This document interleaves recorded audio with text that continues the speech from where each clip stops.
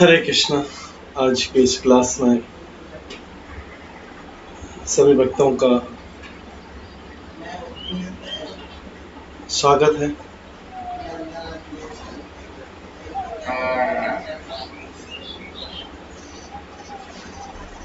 आज हम रामचंद्र की स्तुति के द्वारा आज के इस राम परिचरित मानस का कथा का शुरुआत करेंगे। श्री रामचंद्र कृपाल भज मन हरण भव भय दारुणम् नव कंजलोचन कंज मुख कर कंज पद कंजारुणम् कंदर्प अगणित अमित छवि नव नील नीरद सुंदरम पटपीत मानहु तड़ित रुचि शुचि नौमि जनक सुतावरम भजु दीन बंधु दिनेश दानव दैत्य वंशनि कंदनम रघुनंद आनंद कंद कौशल चंद दशरथ नंदनम शिर मुकुट कुंडल तिलक चार उदार अंग विभूषणम आजान भुज शर चाप धर संग्राम जित कर दूषणम इति वदति तुलसीदास शंकर शेष मुनि मनरंजनम मम हृदय कंज निवास कुरु कामादिखल दल गंजनम मन जाहि राच्यो मृलहि सोवर सहज सुंदर सांवरो करुणा निधान सुजान शील स्नेह जानत रावर हे भांति गौरी असीस सुनि सिय हर्षित अली तुलसी भवानी पूज पुनि पुनि मुदित मन मंदिर चली ज्ञानी गौरी अनुकूल सियाहि हर्षौ न जाव कहीं मंजुल मंगल मूल वाम अंग फरकन लगे सियावर रामचंद्र की जय।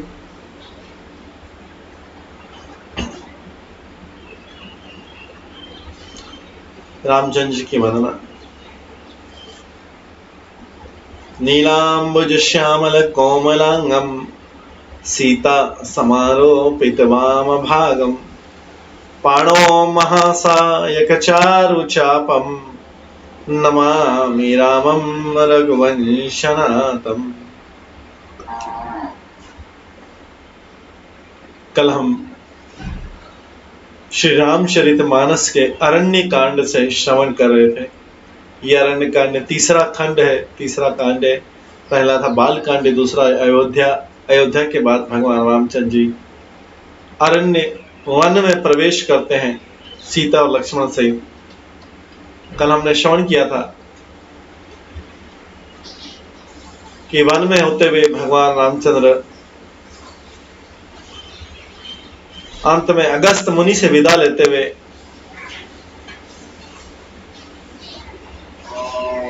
पंचवटी में प्रवेश करते हैं। ये पंचवटी जो है दंडकारण्य,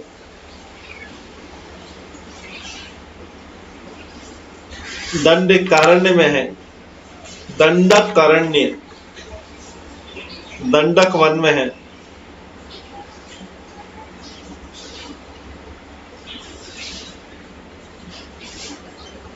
जब राम लक्ष्मण सीता ने पंचवटी में प्रवेश किया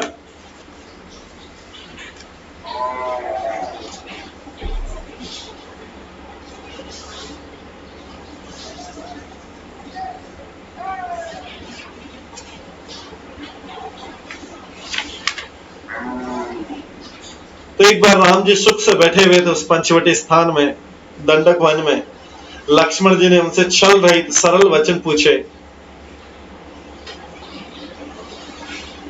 और कहा, है देवता मनुष्य मुनि और चराचर के स्वामी, मैं अपने प्रभु की तरह आपसे पूछता हूं। क्या पूछता हूं? लक्ष्मण जी पूछ रहे थे, मुझे समझाकर वही किए जिससे मैं सब सब चीजें छोड़कर आपके चरण रज की सेवा करूं, केवल आपके चरणों की धूल की सेवा करूं। ज्ञान, वैराग्य और माया का वर्णन कीजिए और उस भक्ति को कहिए जिसके कारण आप दया करते हैं। ये लक्ष्मण जी ने एक बार पूछा था। और मुझे ईश्वर और जीव का भेद समझा दीजिए, जिससे आपके चरणों में मेरी प्रीति और मोह, शोक, मोह तथा भ्रम नष्ट हो जाए।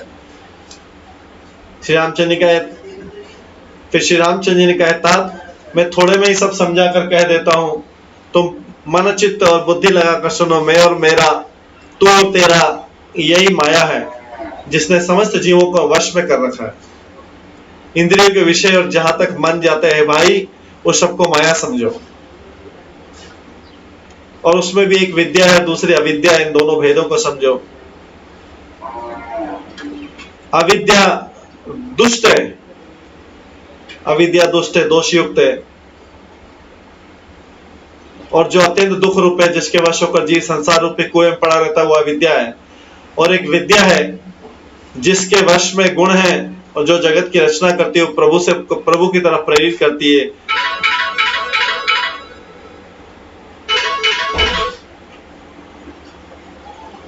उसके अपना बल कुछ भी नहीं है।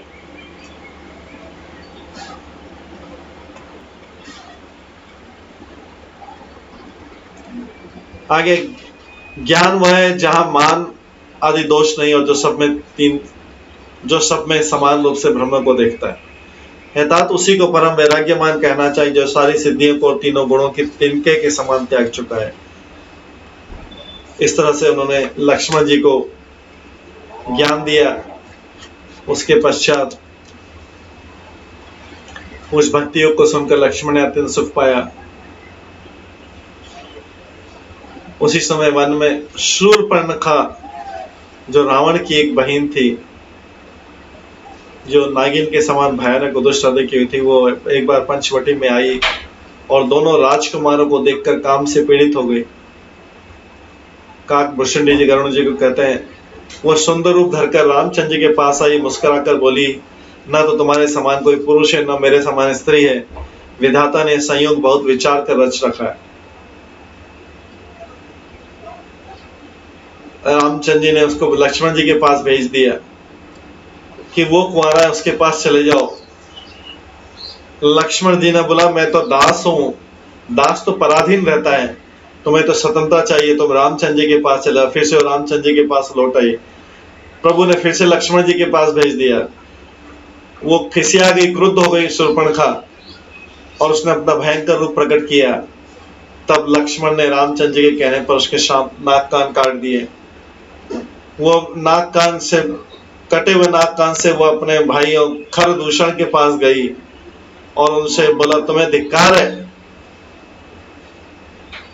खरदूषण को क्रोध आया, उन्होंने राक्षसों की सेना से हर कर दी और राक्षसों के झुंड रामचंद्र जी लक्ष्मण के पास पीछे दौड़े।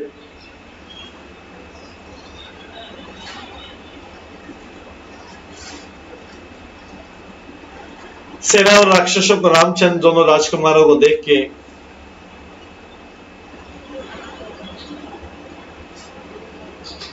उन्होंने सोचा कि हमने जन्म भर में ऐसी कोई सुंदर राजकुमार नहीं देखे हैं।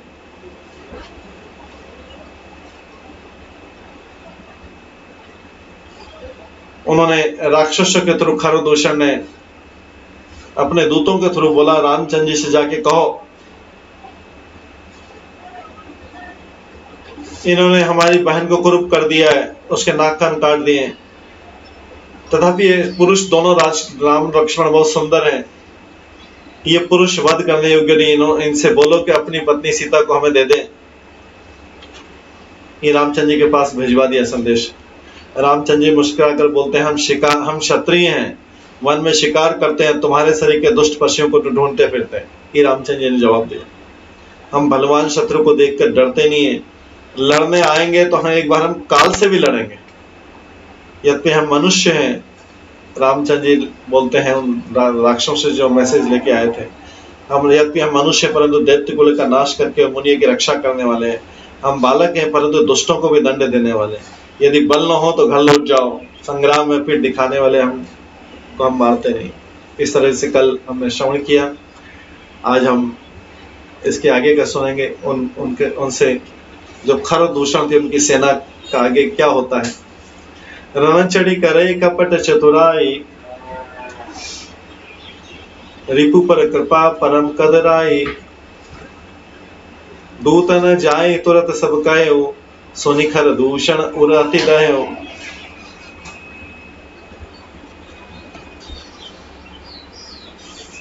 रण में आकर कपट चतुराई करना और शत्रु पर कृपा करना तो बड़ी भारी कायरता है। दूतों ने लौट कर तुरंत सब बातें कही, जिन्हें सुनकर खर दूषण का हृदय अतन जल उठा। के धर उधाय विकट भट रजनी चारा, सर चाप तोमर शक्ति शूल कृपान, परिग परशुधरा। प्रभु की ने धनुष टकोर, प्रथम कठोर घोर भयावह। भय बधिर व्याकुल जातु, धान न ज्ञान ते अवसर रहा।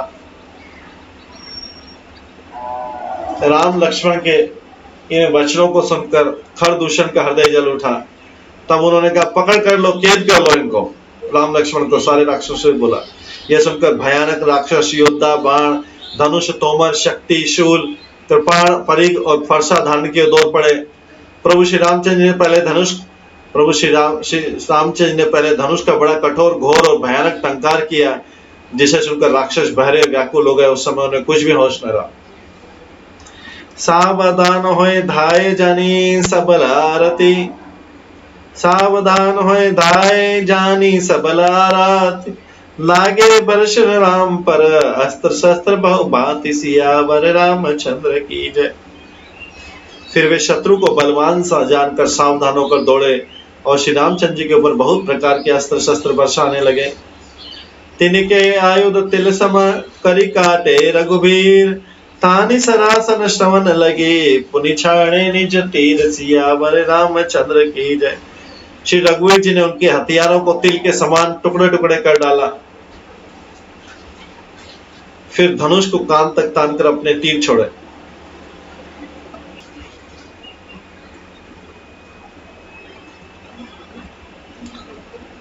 तब चले मान कराल, हुकरत जनु बहु ब्याल। कोपे समर श्री राम चले, बेशिक निशित निकाम। तब भयानक बाण ऐसे चले मानो फुफकारते हुए बल से सर्प जा रहे हों। श्री रामचंद्र जी संग्राम में क्रुद्ध हुए और अत्यंत तीक्ष्ण बाण चले। अवलोकी खरतर तीर, मुनि चले निशिचर वीर। भय क्रुद्ध तिन्हु भाई, जो भागी रन ते जाई। अत्यंत तीक्ष्ण बाणों को देखकर राक्षस वीर पीठ दिखाकर भाग चले। तब खर, दूषण और त्रिशिरा तीनों भाई क्रुद्ध होकर बोले, जो रण से भागकर जाएगा उसका हम अपने हाथों से वध करेंगे। खर, दूषण और त्रिशिरा तीनों भाई क्रुद्ध होकर बोले, जो रण से भागकर जाएगा हम उसका वध करेंगे। तब मन में मरना ठानकर भागते हुए राक्षस लौट पड़े और सामने होकर वे अनेक प्रकार के हथियारों से श्री रामचंद्र जी पर प्रहार करने लगे। तेहि बदब हम निज पानी, फिर मरने मन महु ठानी। तेहि बदब हम निज पानी, फिरे मरन मन महु ठानी। आयुध अनेक प्रकार, सन्मुख ते करहि प्रकार।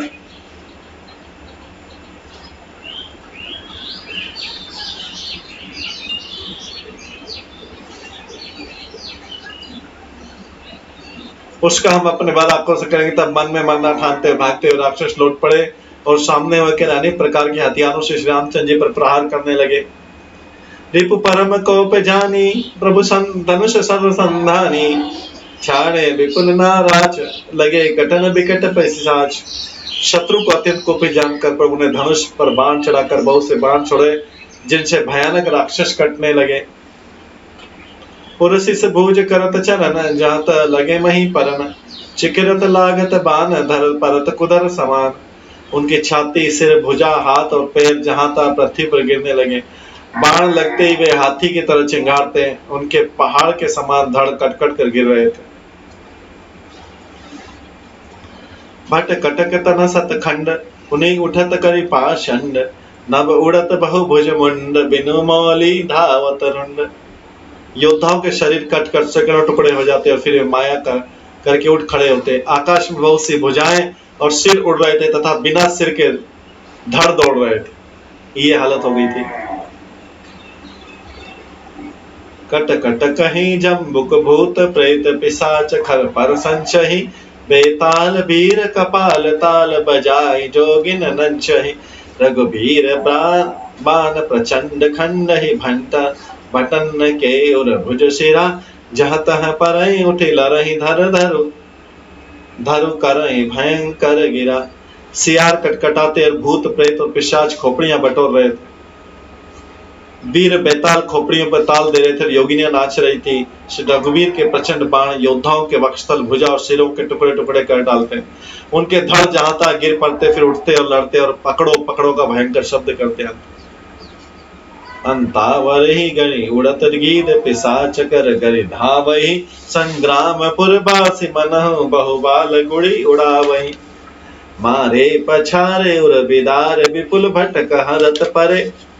अवलोकि निज दल बिकल भटती सराधि खर दूषण फिरे।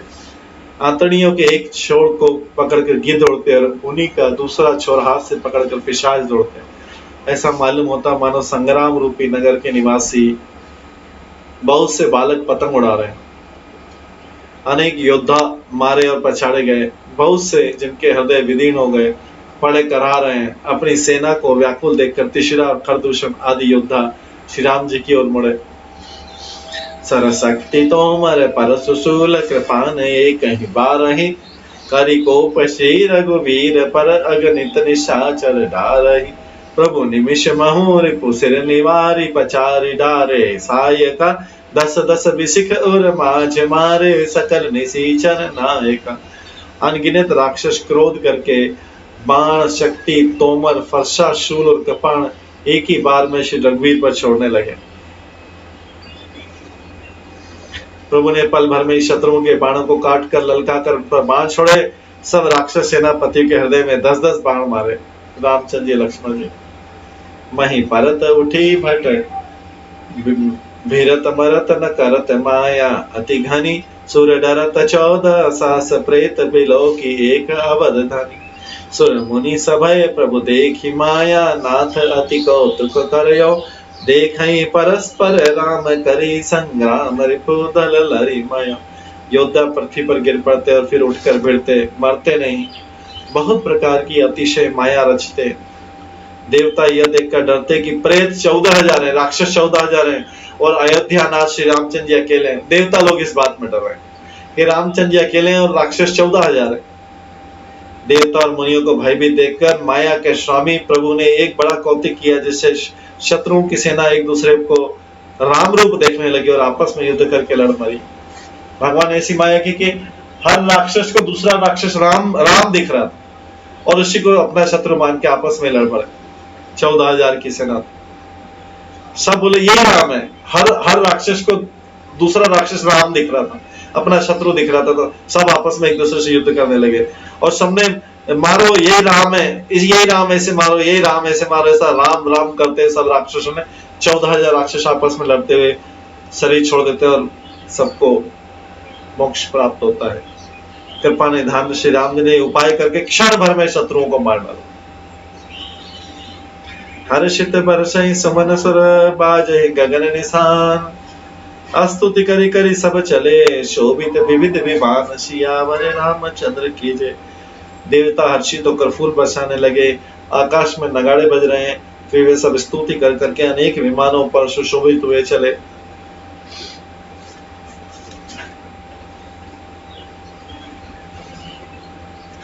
जब रघुनाथ समर रिपु जीते, सुर नर मुनि सब भय के भीते।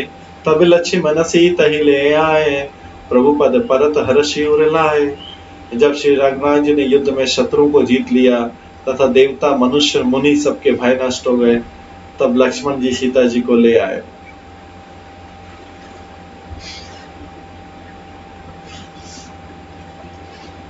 तब लक्ष्मण जी जो है सीता जी को ले आए। तब तक लक्ष्मण जी ने सीता जी को एक गुफा में छुपा के रखा था। राक्षसों के आक्रमण से बचाने के लिए। चरणों में पड़ते उन्होंने उनका प्रभु ने प्रस्ताव उठाकर हृदय से लगा लिया। सीता चितव श्याम मृदु गाता, परम प्रेम लोचन लाघाता, पंचवटी बसी श्री रघुनायक, करत चरित सुर मुनि सुखदायक। सीता जी श्री राम जी के श्याम और कोमल शरीर को परम प्रेम के साथ देख रही, नेत्र अघाते नहीं है। इस प्रकार पंचवटी में बसकर श्री रघुनाथ जी देवता और मुनियों को सुख देने वाले चरित्र करने लगे। धुआं देखी खरदूषण केरा, जाई सुपनखा रावण प्रेरा, बोली वचन क्रोध करी भारी, देश कोश के सूरत विसारी। खरदूषण का विध्वंस देखकर सुपर्णखा ने जाकर रावण को भड़काया। वो बड़ा क्रोध करके वचन बोली। रावण से बोलती उसकी बहन, तूने देश और खजाने की सुधि बुला दी। ये रावण को भड़काती सीता जाके सुपर्णखा का जाके आगे बोलती, घर सिपान सो बसी दिन राती, सुदिन ही तब सिर पर आराती। राजनीति बिनु धन बिनु धर्मा, हरई समर्पे बिनु सतकर्मा। विद्या बिनु विवेक उपजाए, श्रम फल पढ़े किए अरुपाए। संगते जति कुमंत्रते राजा, मानते ज्ञान पानते लाजा। शराब पी लेता है और दिन रात सोता रहता है। ये शूर्पणखा की बहन, शूर्पणखा जो रावण की बहन है, वो रावण से बोलती। कब बोलती? जब राम ने खरदूषण को, जो रावण के भी भाई है और शूर्पणखा के भी भाई हैं, जब राम ने उनको सबको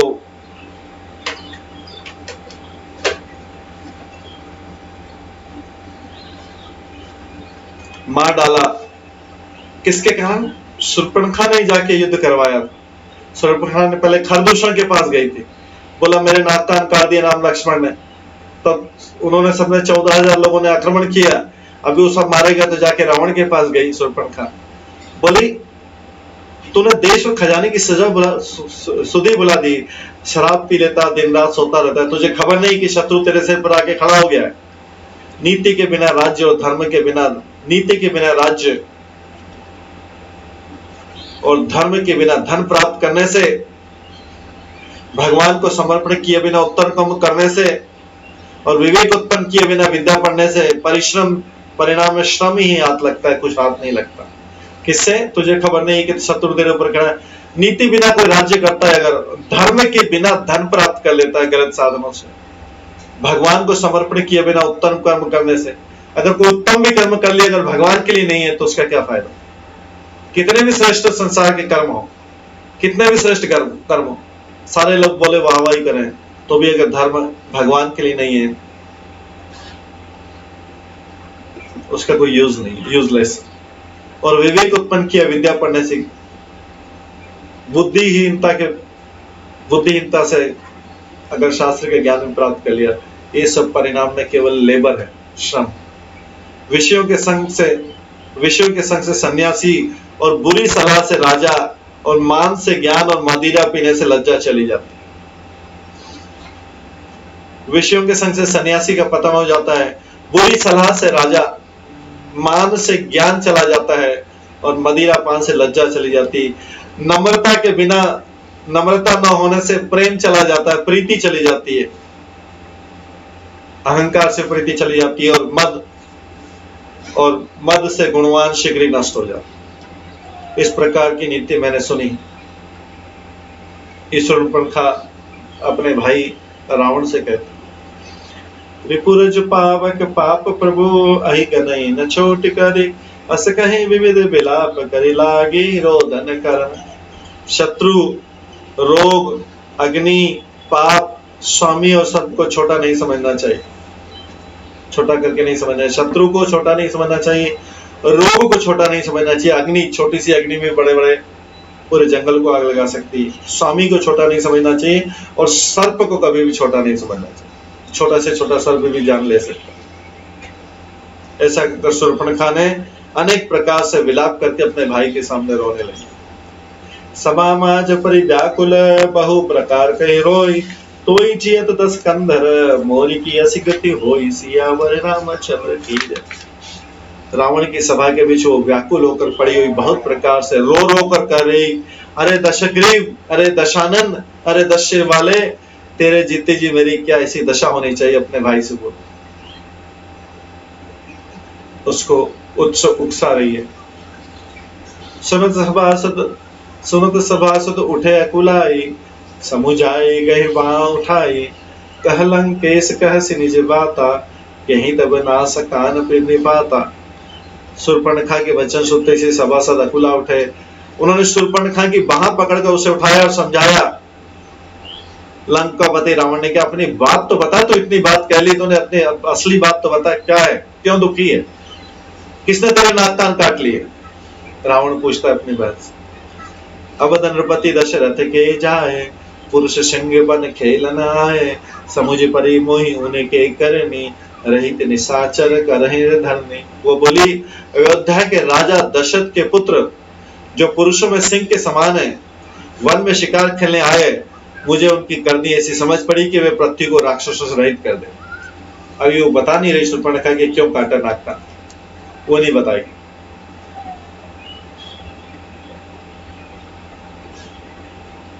जिन कर भुजबल पाई दसानन, अभय भय विचरत मुनि कानन, देखत बालक काल समाना, परम धीर धन मनि गुण ज्ञाना।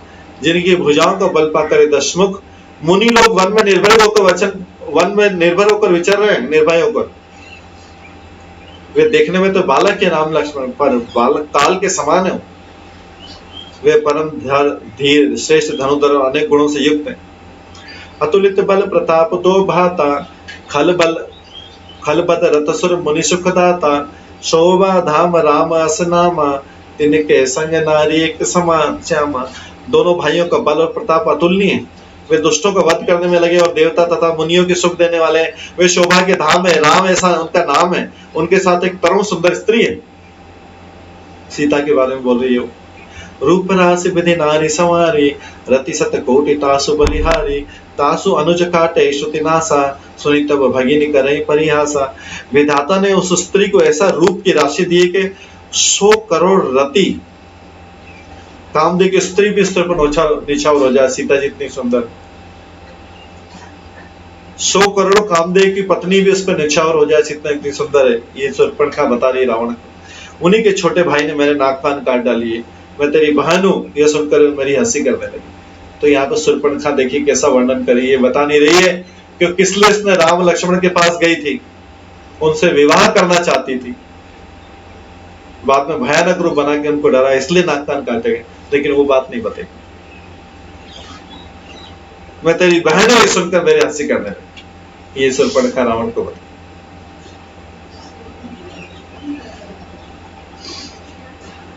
खरदूषण सुनि लगे पुकारा, क्षण महु सकल कटक उन मारा। खरदूषण तिसिरा कर घाता, सुनि 10 शीस जरे सब भाता। मेरी पुकार सुनकर खरदूषण सहायता करने आए, पर उन्होंने क्षण भर में खरदूषण की सारी सेना को मार डाला। खरदूषण तिशिरा का वध सुनकर रावण के सारे अंग जल उठे।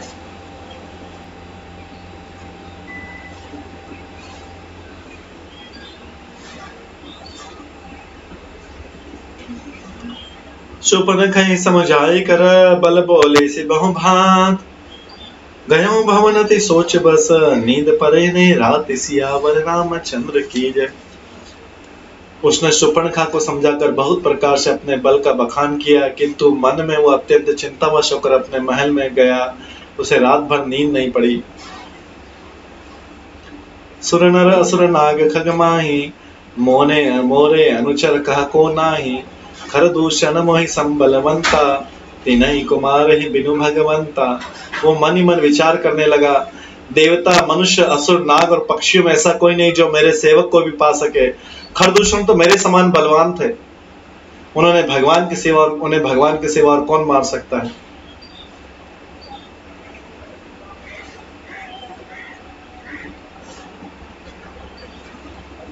सुर रंजन भंजन मही भारा, जो भगवंत लीन अवतारा। तो में जाए बेरु हटि करहूं, प्रभु सर प्राण तजे भवतर हूं।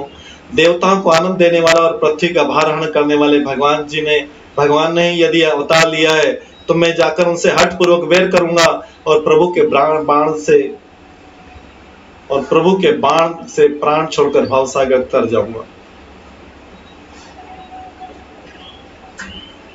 रावण बोलता है, देवता, मनुष्य, असुर, नाग और पक्षी में ऐसा कोई नहीं जो मेरे सेवक को भी पा सके। खरदूषण तो मेरे समान बलवान थे, उन्हें भगवान के सिवा कौन मार सकता है। रावण को पता लग गया, भगवान के सिवा कौन मार सकता है।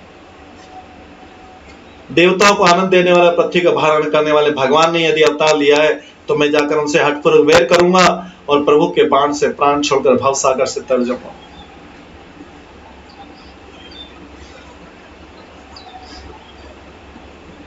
होहि भजन न तामस देह, मन क्रम वचन मंत्र दृढ़ एह। जो नर रूप भूप सुत को, हरि हो रार जीति रन दो। इस तामस शरीर से भजन तो होगा नहीं, अतः मन वचन कर्म से यही दृढ़ निश्चय है। और यदि वे मनुष्य रूप कोई राजकुमार होंगे तो उन दोनों को रण में जीत कर उनकी स्त्री को हर लूंगा। चला अकेल जान चढ़ित है वा, बस मारिच सिंधु तट जहवा।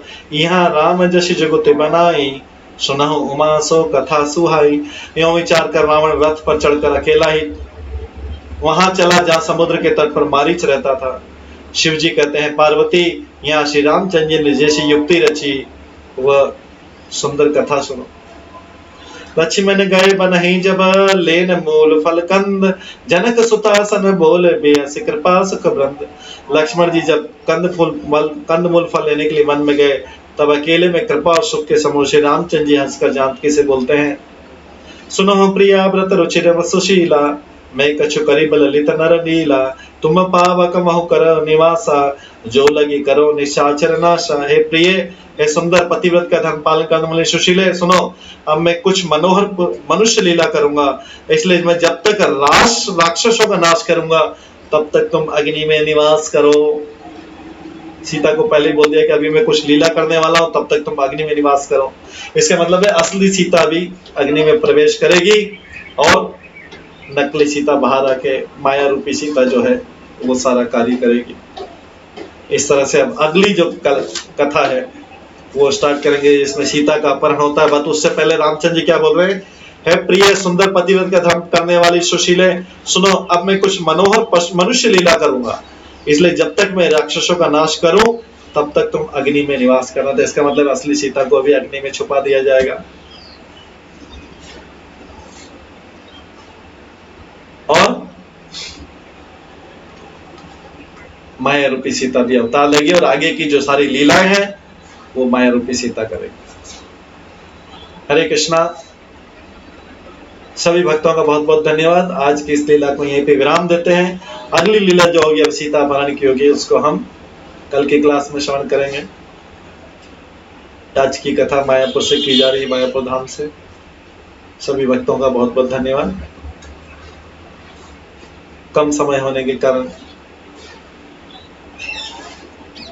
हम यहाँ थोड़ा कम समय के लिए कर रहे हैं, लेकिन कल से फिर से पूरा 1 घंटा क्लास है। हरे कृष्णा। सभी भक्तों का बहुत बहुत धन्यवाद। सभी भक्तों के लिए एक बार हरे कृष्ण महामंत्र का जप करते हैं। हरे कृष्णा कृष्णा कृष्णा हरे हरे, हरे राम राम राम हरे हरे। हरे कृष्ण।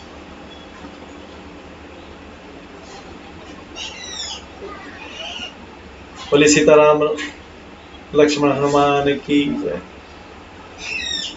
श्री रामचरितमानस की जय। गोस्वामी तुलसीदास की जय। हरे कृष्ण।